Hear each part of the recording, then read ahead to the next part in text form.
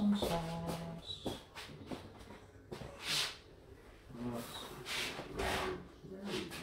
Let's see if this works a little better. Okay. I'd like it if something worked. That would be nice. Yeah. It'd be a change of pace, no doubt.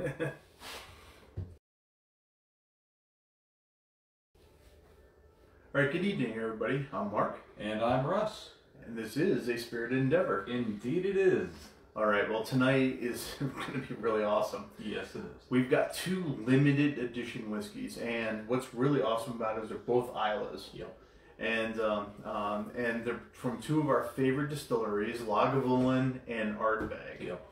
Now, the Lagavulin is a Distillers edition, and it was bottled in 2005, or excuse me, distilled in 2005, bottled in 2020. Yep. It's 43% alcohol by volume, and it was a double matured in Pedro Jimenez sherry casks. Yeah. And the interesting thing is when they say it's double mature, they don't tell you how long it's spent in the sherry cask, so you really don't know exactly how much of that is going to be imparted into the whiskey. So it's going to be an interesting one, to put it mildly. Yeah, absolutely. I can't wait to try that one. Yeah. All right, and the other one is the Ardbeg Blaaack. All right, so that was a committee 20th anniversary edition, and it's non-chill filtered. It's 43% alcohol by volume. Pinot casks from New Zealand, Which is an interesting thing for them. I don't think they've done anything with Pinot casks that I can think of. All I know is the sheep outpopulate the people 7-1. Yeah. I know. No means no. It means whatever you want. Absolutely. So so that one's going to be an interesting try too. What's really cool about these is, these are, in the case of the Lagavulin, this is what the distillers, envision for their whiskey. Yeah. This is their chance, their crack at doing something completely out of the box. Absolutely. Yeah. For both of them, I think it's definitely getting outside of their comfort zone, trying something a little bit new, a little experimentation going on there. I definitely appreciate that. Especially for two distilleries that have really been around for a while. Very true. Now, like the Lagavulin 16 is one of our staples. Yeah, absolutely. I mean, we love that whiskey. I mean, it is smoky, it is peaty, it's like barbecue and ham bones and wrapped up in vanilla, and it is a delicious whiskey with a little bit of briny sea foam to it. And Ardbeg is that times 10. Yeah, it really is. There's no subtlety with Ardbeg. Henry's had the Wee Beastie, which is a much younger Ardbeg, but even their 10-year it's not short of character at all. It's just like being in a barbecue, in my opinion. You get that smoke, you get the like pork almost. Yeah, you get that pork aspect, bacon, kind of. It is a meat lover's whiskey, that's for sure. No doubt about it. All right. So which one do you want to start with? Well, I think let's go with the Ardbeg. All right, let's go with the Ardbeg. Okay. So we pre-poured these a little bit, but yeah. Okay, so the Ardbeg is non-chill filtered, and it really does have beautiful glass cling to it. Yeah, it really does. The oils are really nice on that. Yeah. Nice color to it too. It's definitely darker than your standard Ardbeg. Ardbeg, again, no color added, non-chill filtered. They're almost clear with their 10-year-old, and this one has definitely got a very nice amber to it, which is unusual for them. Yeah, so I'm really curious to see, and that's obviously got to be the Pinot influence of I would think so. Yeah. Yeah. So, definitely different on the nose. Subtle. Yeah, very subtle. Very subtle. I'm getting like a little bit of peat, a little bit of smoke, but it is not the assault on your nostrils like a typical Ardbeg. No, I agree. It's, in the past I have likened it to that maple bacon type flavor and smell, and this is definitely lacking that, although there's definitely some fruit notes to it. Yeah, I'm getting like pineapple. Yeah, I would agree with that. Yeah, like a not like a charred pineapple, but you throw it on the grill and you char pineapple and everything, and delicious. But this one is like it's been toasted just a little bit, maybe. Yeah. Oh, nice. Yeah, a little peppery, but not crazy. No, it's pretty subtle actually for an Ardbeg. It really is. Yeah, I've not had one even remotely like this before. Yeah. Okay.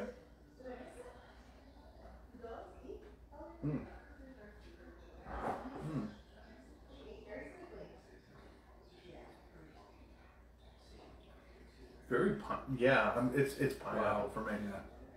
That Pinot influence is definitely strong with this one, although it's showing up a little differently than what we've seen on some other Pinot aged. Yeah, whiskeys. I get no grape influence in that at all. No, none. You know, I'm picking up a little citrus, like the sweet pineapple flavor in that. I'm not even getting a lot of vanilla or anything like that in No, there. I'm not getting any really that I can speak of. The barbecue aspect that I normally get off of this one is pushed to the back, and the fruit, or the pineapple, is definitely brought to the front.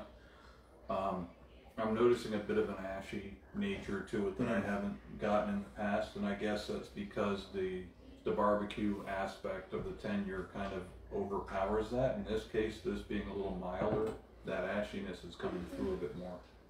Yeah, and again, and like with you, I'm getting like that ashy. It's not a barbecue flavor. It's ashy. It's I mean, it's not unwelcome. I mean, No, it's not at all. It's just it's different from what you would normally get out of an Ardbeg. And Henry's asking, is it like a Hawaiian pizza?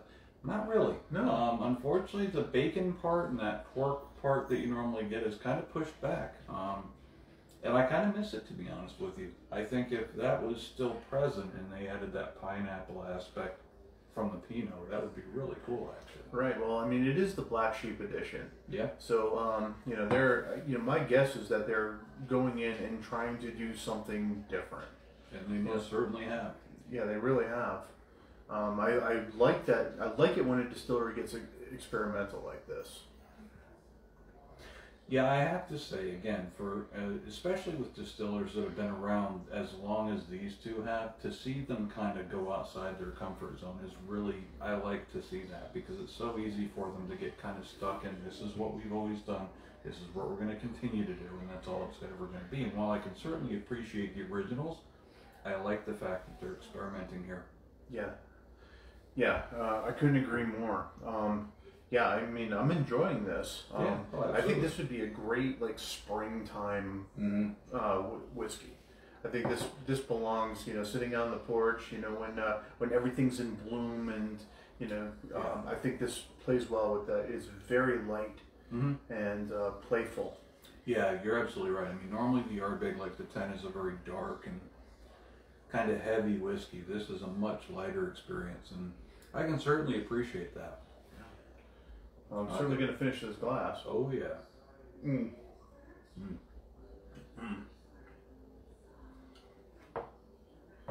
After drinking multiple sips on that, too, it's really, really becoming very fruit forward. Absolutely. No, I'm noticing that as well.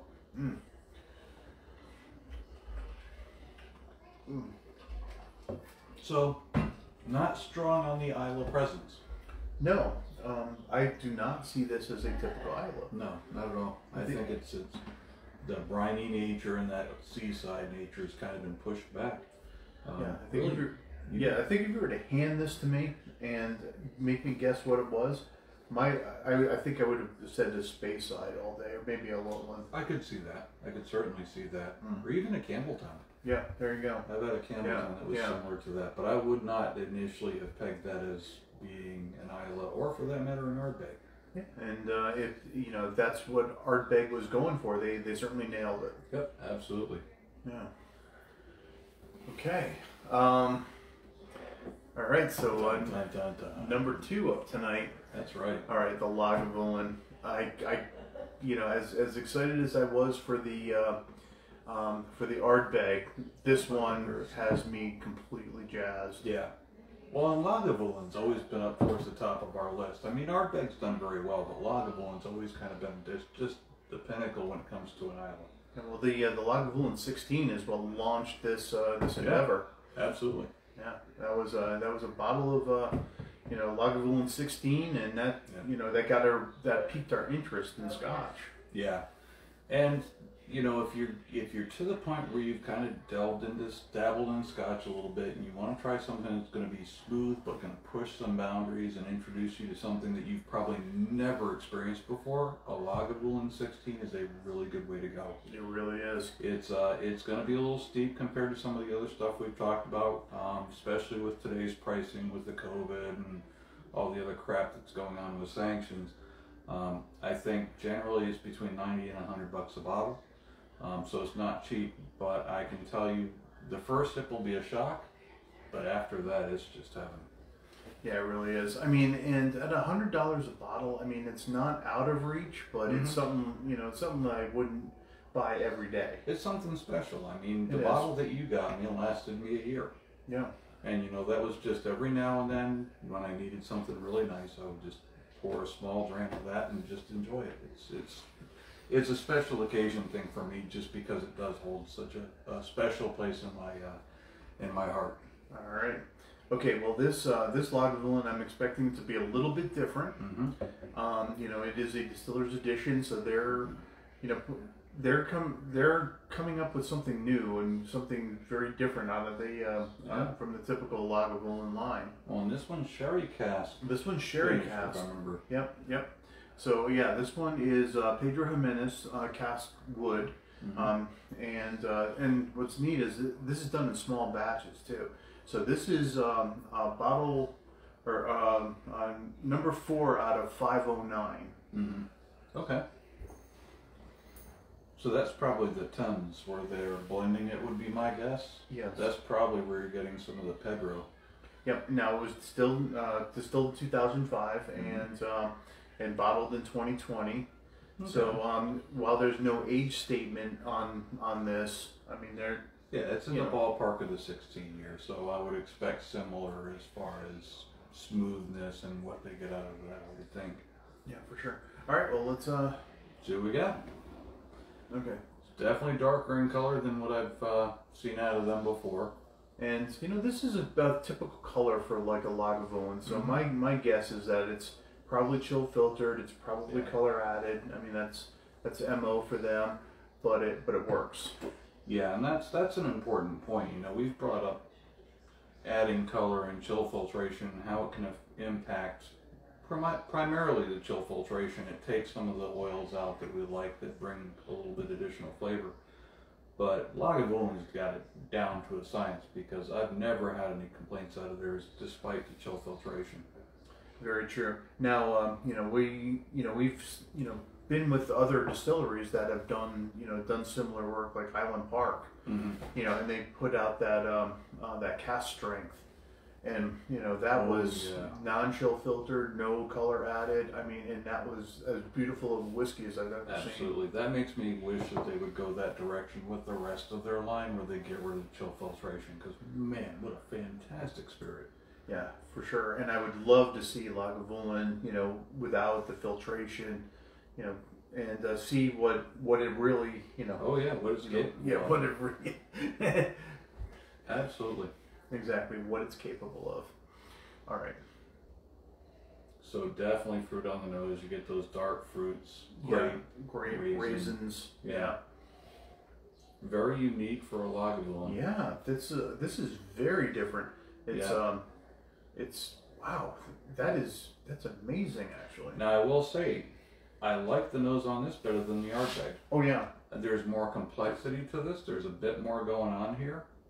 I have to say that so far Lagavulin's done a really nice job on the nose, comparatively speaking. Yep. Let's see.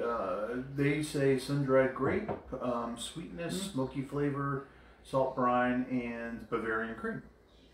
I don't know about the Bavarian cream, but I'm certainly getting the rest of it. Yeah, I sure am too. That grape influence on there. Yeah. And what's nice is it's not like a candied grape. No. It's not like a Jolly Rancher grape. Agreed. We've seen plenty of that. Yeah, this is. This is like a natural grape. Yep. Yeah, it's not over sweet. All right, let's give her a shot.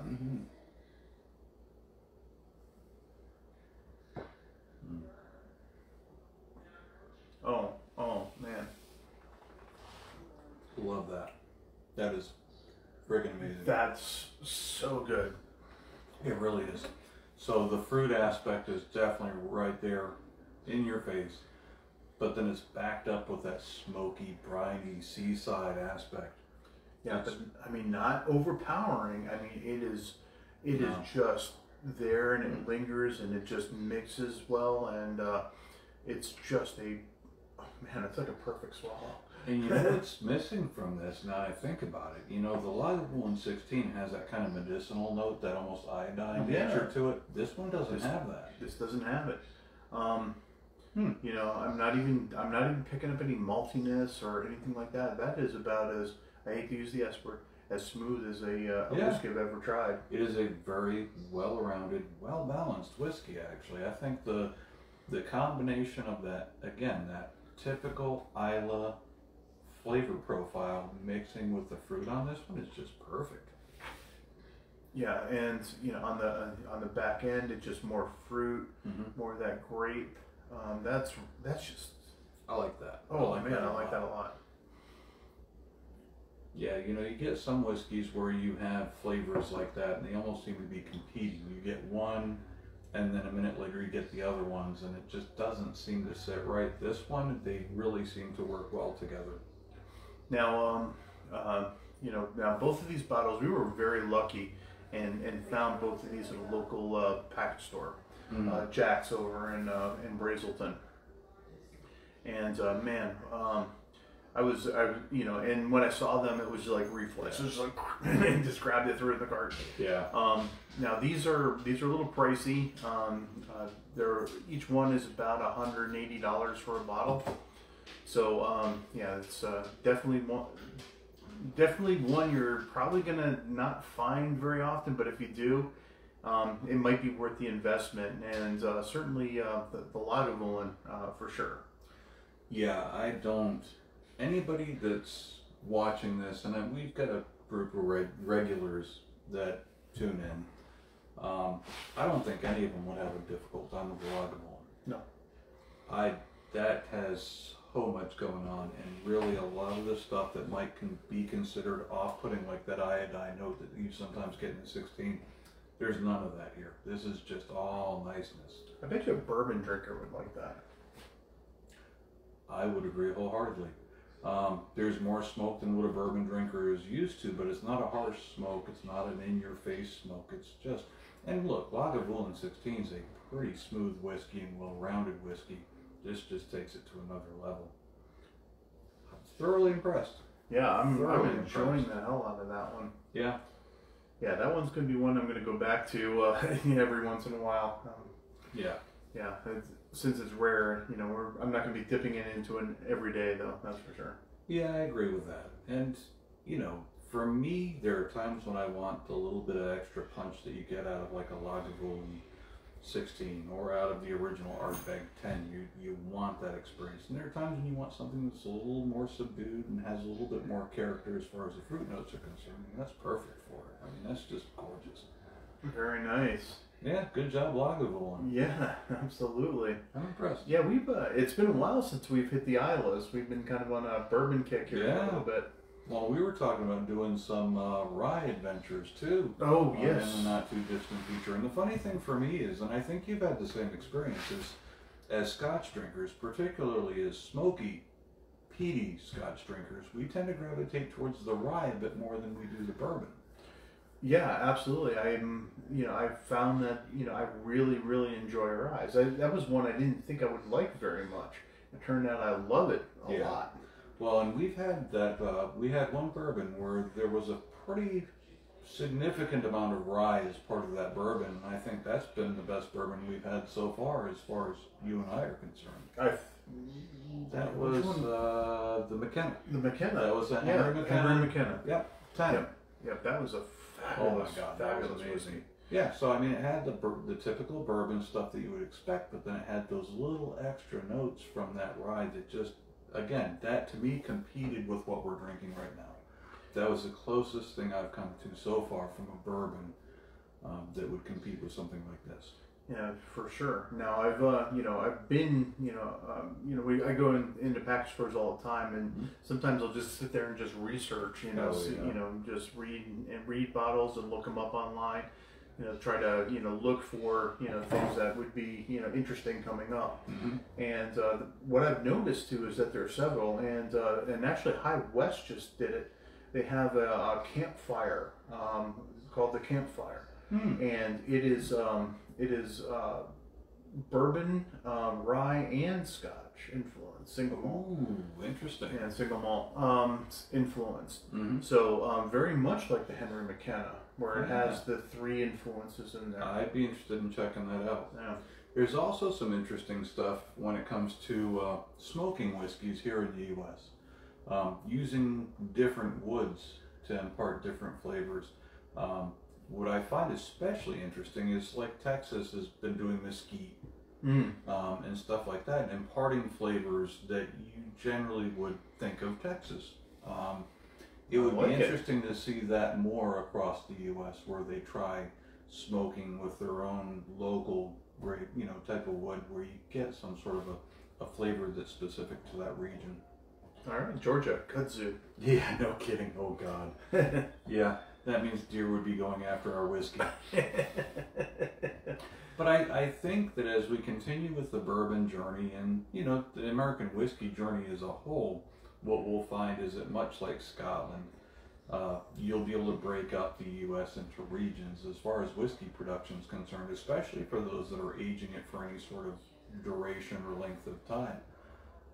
Clearly, aging a whiskey in Texas for 4 years is a very different experience than aging a whiskey in Colorado or Kentucky or whatever for the same period of time. The climate's a very different animal, and as a result, I think what's imparted during those 4 years is going to be a very different animal. So I think you could probably break the U.S. up into regions just like they did in Scotland. Yeah, you're not wrong. I've even seen some from out of New York, and I'm really curious. I know there's some out in Washington State, where my sister and brother-in-law live. They've talked about distilleries out there. Yeah, might be worth taking a look at. Absolutely. And we've talked about some that we have here locally that have been pretty exceptional. And matter of fact, if you guys watch our Whiskey Wednesday episodes, oddly they take place on Wednesday. Although it would be more fun if it took place on Thursday and we call it Whiskey Wednesday, but that may be later. But actually coming up, not this next episode, but the episode after that, we're going to talk about supporting local distilleries. We'll all discuss distilleries in our area and what we like about them and what kind of draws us to them. And we hope that you guys will join in too, because we kind of would like to expand that. We've said this time and time again, it's worth repeating though, is that during this whole COVID situation, a lot of these distilleries have really come through for us. They switched to making hand sanitizers and stuff like that and put their whiskey production off. And some of them, look, at the end of the day, that's a lot of money wrapped up in equipment and grains and stuff of that nature that they're not using for the intended purpose in some cases. So it's important to support your local distillery. So it's a good opportunity for you guys to do a little exploring and see what you have in your neck of the woods, and maybe make a recommendation to us. All right, yeah, we would certainly love to hear about what you're drinking. Absolutely. Yeah, and in distilleries in your neck of the woods, yeah, bring it on. Send it on to us. Just post it to our page, or and we'll get them up there. Yeah, so I think on Whiskey Wednesday, when we announce that, we'll go over kind of what we're doing, what we're trying to accomplish, and we'll keep reminding you guys to submit a list of what's your favorite distillery in your area, and we may reach out to you and see if we can't do some sort of an episode on that as well. Because again, it's important that we support these smaller distilleries. Otherwise, they're not going to be around. So as far as comments are concerned, we have quite a few going on. Ron Schmidt says, I'm sad I missed Whiskey Wednesday. Had to work late. I'll be watching tonight. It was an episode I was really interested in. Actually, that was a really good episode. That's the one where we looked at the difference between the glass types, and I think we were all a little bit shocked. Yeah, and it's interesting, when you do it, we've been using tulip glasses for our tastings. But I mean, actually taking the tulip glass and I'm not gonna reach for it, and go for the Tumbler, the tumbler, wide mouth. yeah, the wide mouth whiskey glass. It was amazing how different they were. And what surprised me, and Scott was watching, and I don't think Scott's with us tonight, but Scott was watching as well and had a similar reaction, was it wasn't just our perception of the whiskey that varied with the glass. The glass actually had an impact on the whiskey in certain cases.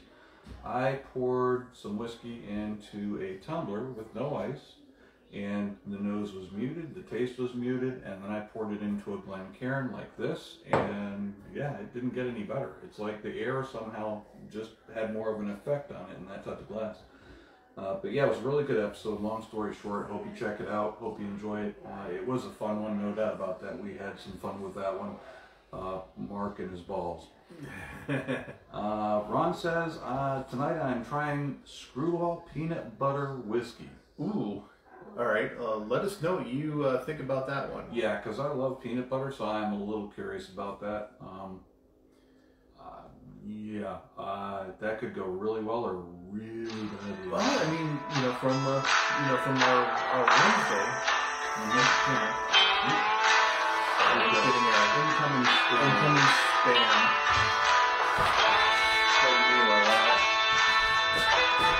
Deny them. Jim Oldham's with us. Jim and Lucy Oldham. Hey, Jim, good to see you join us. And like having Kolsch in a mug just doesn't work. You're absolutely right. So what Jim's describing is when we go over to Germany, specifically Cologne, they serve their beer, which is the local beer is Kolsch. And for the love of God, don't order anything besides Kolsch in Cologne.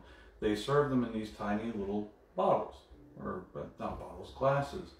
And the reason being is they want it to be as fresh as possible. And if they pour you a big stein or regular sized glass or something like that, by the time you get to the bottom, it's kind of stale. So they always do it that way so you get this fresh Kolsch every single time. And it actually makes a very difference. It's crazy. First time I went there, I thought they were nuts. They're still nuts, but they're right on that. All right, very good. Let's see. Ron says, wrong one. Oh yeah, to my point. What we sorry. found out on Wednesday is I had a mystery pairing, which I do on Wednesdays. Oh yeah. And this one was a chocolate covered peanut butter ball. And this is a cookie that my wife makes for Christmas, and they're amazing. But They really are. But the chocolate and the peanut butter really pair well with whiskey. And which one you were drinking? I was drinking the Kilhoman, the cask strength. the cast strength Kilhoman. So that's kind of got that salty, briny aspect to it. An amazing pairing. I could see that. Yeah. Well, salt goes well with chocolate, and the peanut butter. I mean, you can't go wrong with peanut butter. That's just me. Yeah. No, I also did like a chocolate covered salted date that I did with. In fact, we need to do this. That I did with the Talisker Storm. Very similar conclusion on that. Mm-hmm. The saltiness and the chocolate, the sweetness of the chocolate, and everything paired very well with the whiskey. Whiskey does not pair well with strawberry cream cheese cookies. Which I never would have seen that coming. I mean, to me, that just seems like a natural pairing. But I mean, in all seriousness, dark chocolate does seem to pair well with whiskey, at least Scotch. Now I can say I've had those peanut M&Ms before, and those go well. You know what? With the Lagavulin, I think this would work. I'm willing to try. Oh God. Nope. Oh man. Yep. Oh. Okay, so this is a chocolate covered date, a medjool date with sea salt. And my guess is it's going to pair amazingly well with the Lagavulin. Or we're both going to keel over, in which case, please call 911.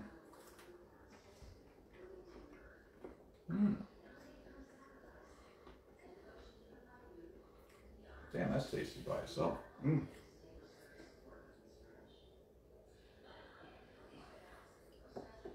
Holy shit. Oh God. That's really freaking good.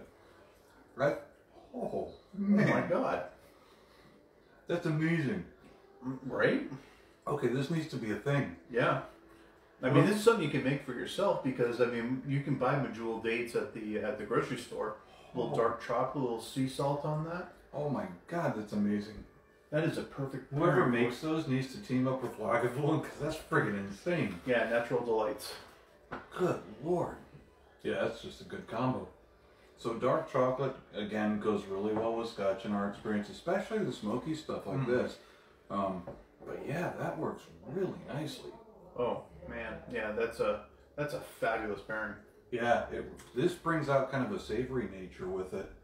And just, yeah, it goes really well with it. Huh.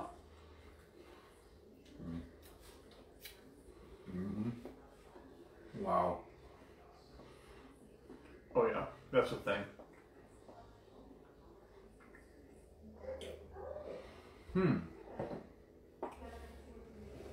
Oh. That is absolutely a thing. Good Lord. So you've done that with Highland Park. They did that with the Talisker Storm. Okay, my bad. Yeah, the Highland Park was a strawberry cookie. Oh yeah, that's right. That's the one that went sideways. That was a disaster.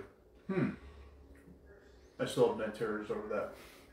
I bet that would go well with the Highland Park, just a regular Highland Park though. Yeah, it absolutely would. Anything with that like salty, briny nature to it, I think would pair well with that. I think so. And that would actually, you know, for somebody just getting into that salty, briny nature in a whiskey, I bet dark chocolate of any sort with that would be a really good way to ease yourself into that. Oh yeah, you know what? We have to have another. That's not going anywhere. Yeah. That's just, holy cow, Mark, you weren't kidding. Wow. Yeah, that's pretty awesome. All right, well, I mean, if you've got any pairings, anything that that you think goes well with whiskey, we want to hear about that too, because I think that may end up. I'm doing a mystery pairing with the Whiskey Wednesdays. Yep. But I mean, we could certainly, you know, put a charcuterie board out here and try whiskeys and various tidbits. Absolutely. And, you know, start thinking about what distillery you're going to bring up for Whiskey Wednesday. And this next Whiskey Wednesday, we're actually exploring how temperature affects your taste when it comes to whiskeys. So, you know, again, pouring one neat at room temperature, pouring one neat that's been chilled, and then perhaps adding ice to another one. So tune in on Wednesday for that one, and then the following Wednesday we'll start going after small distilleries. So again, don't forget to make your list. Right. Ron Schmidt, one last comment. To me, this screwball peanut butter tastes like peanut butter M&Ms with coffee. Worth a try, but I wouldn't expect it to compete. It to be complex, it's more of a liquor than a whiskey, and I could see that. I mean, a lot of times when they flavor something, that's the case. Yeah, very good. Awesome. Very good. All right, well, holy cow, man! Yeah, I know, What right? a good night. I mean, good whiskey, and that's just damn. All right, well, next week, what do you feel like doing next week? Let's do some rye. Let's do some rye. We came home for a visit. I think we should continue our journey. All right, let's do that. Let's get into some rye next week. I've got the Pikesville straight rye. I've got the Russell. You got the Russell's Reserve single barrel, which right. is amazing. And this gives me an excuse to go out and get a High West. Yeah, and I might pick up a surprise dram as well. All right. Cool. I think that's going to be fun. So yeah, tune in next Saturday. We'll go through some ryes. All right, guys. Well, we appreciate you joining us, and let us know what you're drinking. Yeah. And we're on Facebook. We're on Instagram. We're on YouTube. So just type in at A Spirited Endeavor. You'll find us. You know, leave comments, like our page. We would certainly love some feedback. Absolutely. So and then we'll see you guys next time. That's right. We'll see you Wednesday, hopefully. All right. Take care, guys. Good night.